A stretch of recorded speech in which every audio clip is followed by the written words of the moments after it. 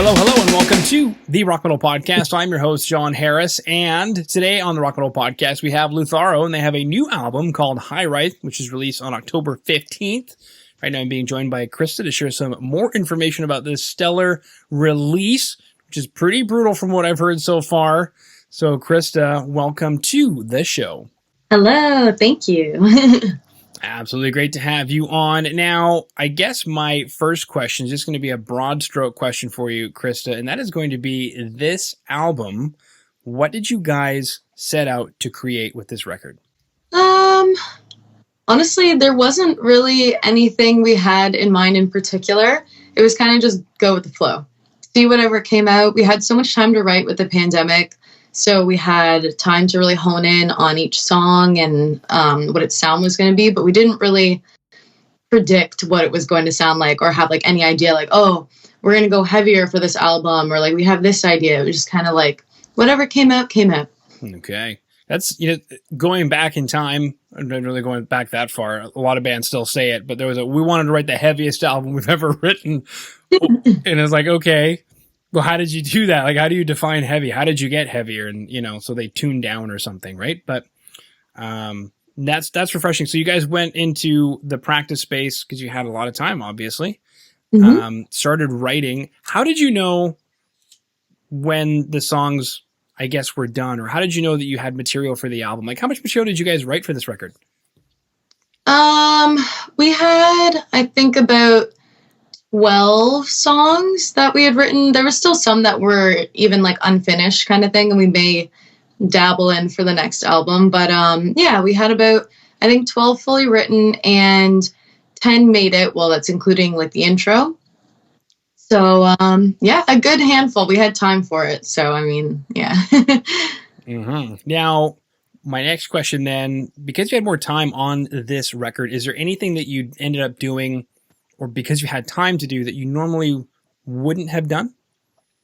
Well, the orchestration, for one, because, I mean, Elliot from Alestorm, he did all of our orchestration, and he wouldn't have had the time either to do it because, I mean, he's usually touring with Alestorm and stuff, right? So, I mean, he had the time for it, and we had the time for it to kind of, like, work on it back and forth with him.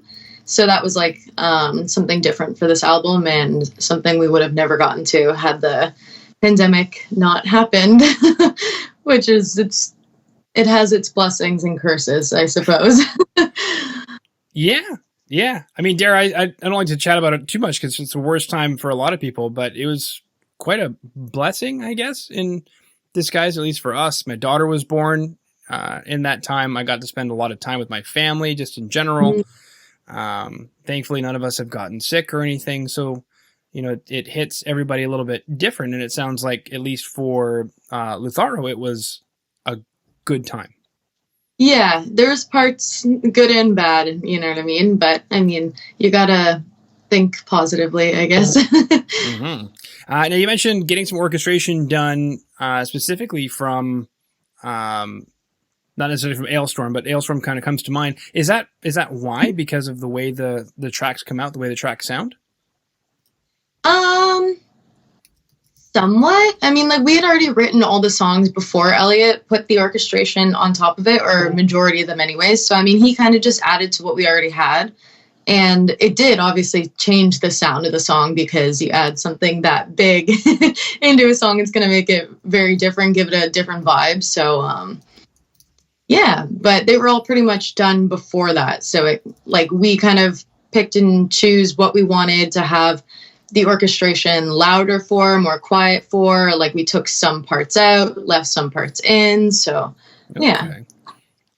I guess my next question is, cause I'm thinking, to Alestorm orchestration and how it sounds, which I'm obviously not hearing in the LUTHARÖ stuff. So it kind of, what were you going for with that kind of orchestration? Something to back it up? Were you guys looking to become more symphonic?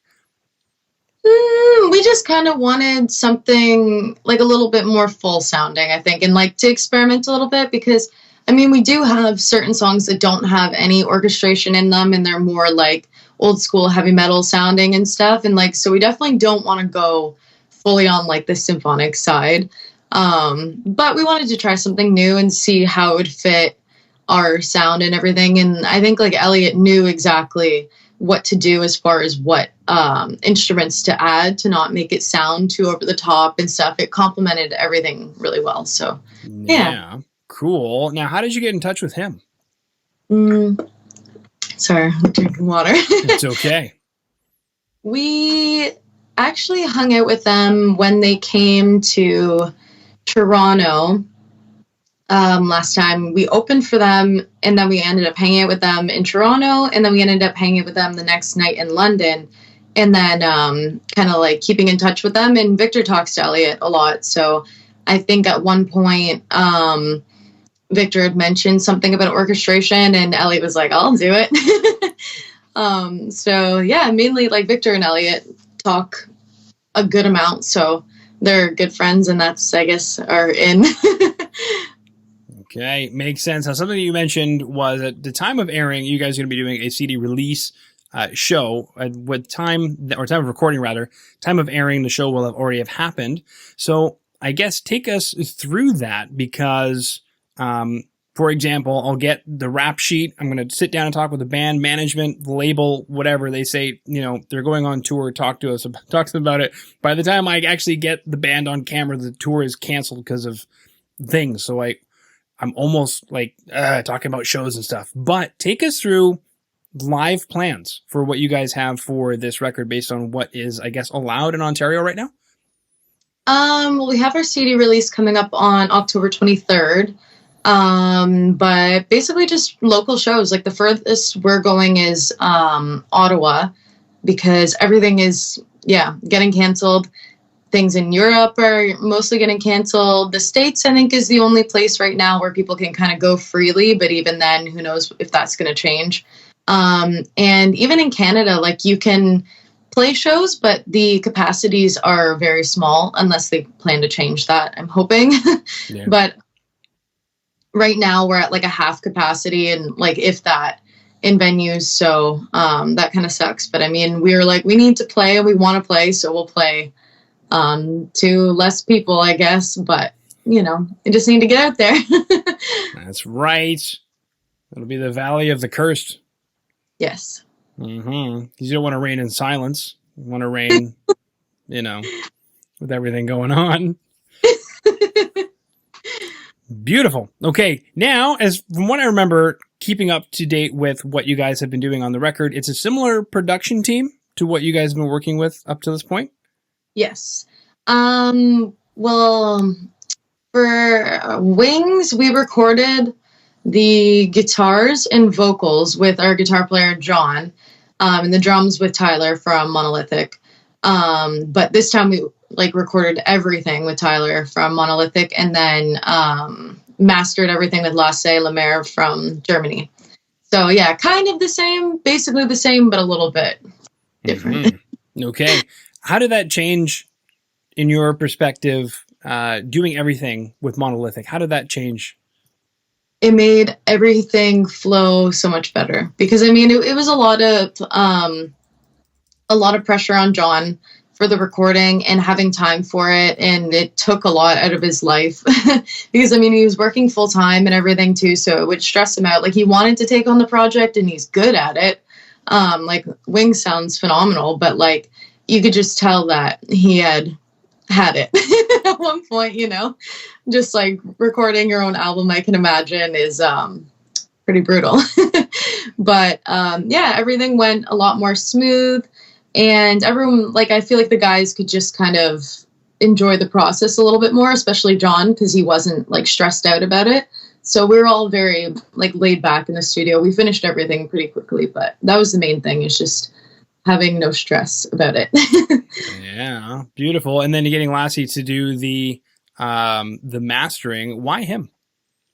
Once again, we got his contact through Alestorm, and actually it was either Alestorm or Tyler might have recommended us. I think it was either one of them, because I mean, Tyler uses him as well as Alestorm. So both people just kind of recommended him, and we like the sound of his stuff. So yeah. Cool. Yeah, I think Alestorm's done all of their records with him, I think. Yes. Yeah, I'm pretty sure. Yep. Yeah. Very, very unique sound that they have as well. Groovy. Is there a concept or a theme lyrically to this album? Not like a crazy like front to back concept where it's like a whole storyline, but there is like a topic I kind of stuck to with lyrics where it goes back to the title Hiraeth, which is like a deep yearning for a place or a home either you can't revisit, never existed, or is out of like this plane of existence. It's also like a feeling of like nostalgia or something. There's like a lot of meanings behind it. But every title or like every track goes back to just finding your place in this world and finding your purpose and like remembering your purpose. But there's some people who actually act on it and some people who choose to ignore it because it's too difficult or it scares them. But yeah, it's all about finding your home in a sense. Okay. Well, I definitely get that with the track Worship Your Path. Is that one of the tracks where that really stands out? For sure. It's one of my favorites. I know that. And that one we kind of kept really old school heavy metal sounding. Like, I don't think we have any orchestration in that song. That one I really wanted to be a like music video and a single, but we ended up going with Hopeless Abandonment instead. But yeah. How come Hopeless Abandonment? I guess that's the question, because there's no label that's telling you guys which are getting the music videos, right? No. So you guys rock, paper, scissors the whole thing, eh? Pretty much, yeah. Like, I mean, it was kind of just what we all agreed on together, because we all have our favorites, but then we all could agree that Hopeless was like our favorite altogether. Same with Phantom. Oh, oops. That'll be out soon. Uh-oh. Krista. That one's actually doing really well on Spotify, so we're glad we made the choice. But yeah, Lost in a Soul, Kill Or To Crave, and yeah, and Hopeless Abandonment wasn't even supposed to be on the album to begin with. It was like the last song we wrote, and we just kind of threw it on there, and it ended up sounding really good. So we're like, okay, this could be one that's good.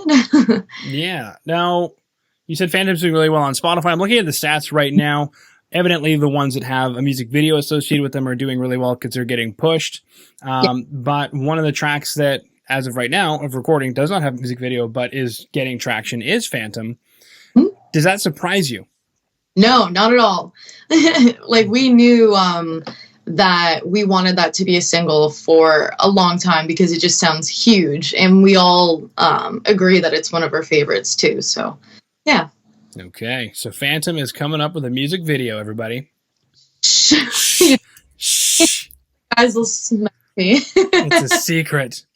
It'll be soon enough, so it's okay. Yeah. Well, by the time this airs, which will be either end of November or early December, is that something that we can say might be in the show notes? Possibly. I don't think we have a date for it, but it should be soon. Very soon. Around there. Okay. I'm watching a music video right now, actually, for Hopeless Abandonment, and it's almost like you guys are in a dance club, but it's metal. Yeah. I wanted it to be like very ethereal and like I wanted kind of like a space cosmic vibe, and like the lasers were, I don't know, something that I thought would be cool with that, because the whole song is based on being like birthed by the stars and coming to Earth to fulfill a purpose. Yeah.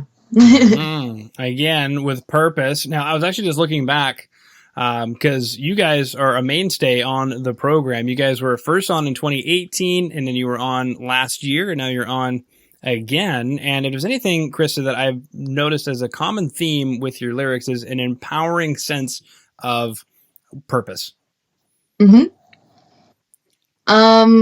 Yeah, like I think that's just like a topic I like to talk about because nothing bothers me more than someone who is not actually seeking their purpose or trying to fulfill it, because I mean, that is what we're put on this earth to do, is to find your purpose and stuff. And I'm like, I know I've found mine and I want everyone else to do the same. And that's what's going to make everyone happy, you know? And I think there's a sense of empowerment in that, because it is the one thing that we have in this life is a purpose. And yeah.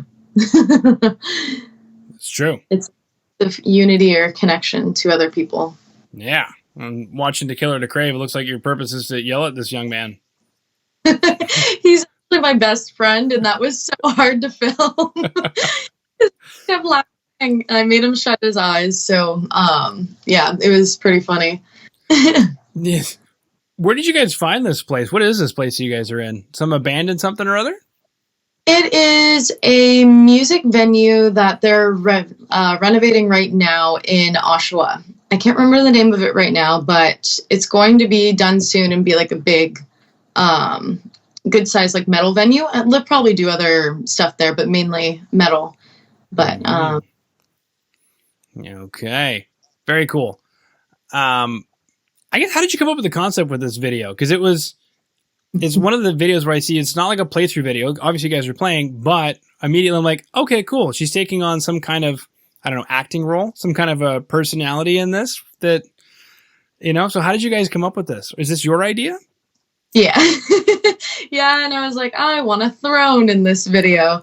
Well, the whole song is literally about, in my idea, the universe screaming at you and telling you to get off your ass, go do what you're supposed to do, or someone else will do it for you, basically. So that, again, me in that throne is like the authority figure. I'm representing the universe screaming at some random person, like, go and fulfill what you need to fulfill, or someone else is going to do it. Wow. So aggressive, Krista Shipperbottom.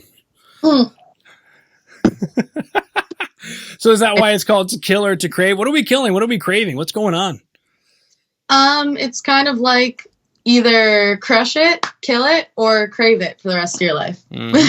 Okay, I get it. And then there was just some shredding. I just closed the window, but there was some shredding. Serious guitar shredding. Very cool stuff. And then I guess my next question, maybe my last question, is from a mixing/mastering standpoint. I know you guys are using the same production team. You guys are probably, know what each other wants. But at this stage of the game, or at least with this particular album, after you wrote everything, did you come to them and say, we're looking for this kind of a sound? Whatever it was? Like, before we had actually recorded with them, like, talk to them what we're, like, intended on it sounding like? I guess so. 'Cause, I mean, technically, or not technically, but it's better to go in before recording to say, I want it to sound like this, than to record a bunch of stuff and then say, can you make it sound like this?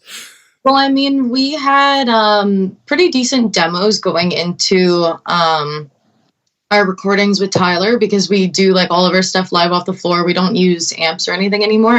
Everything's done in like an in-ear system, so we can record our practices. So we had already done that and then stuck like orchestration and stuff over top of it. So Tyler really had like a good feel for it before we even went in, and we just basically told him, like, we want to make sure, like, for each song, this is heard more, this and that. But the main thing was just make sure every instrument is heard, and then we add in the little things later, the little pizzazz after. But, yeah.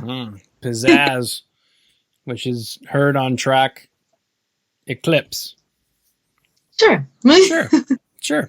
Cool. All right. Well, everybody listening in, show notes down below, lutharo.com, where you can go ahead and stay in touch with the band, stay up with updates. Also, as well as going to be music videos that are available. At time of recording, we have Hopeless Abandonment, To Kill Or To Crave, and Lost in a Soul album. Hiraeth is currently available everywhere that you consume music.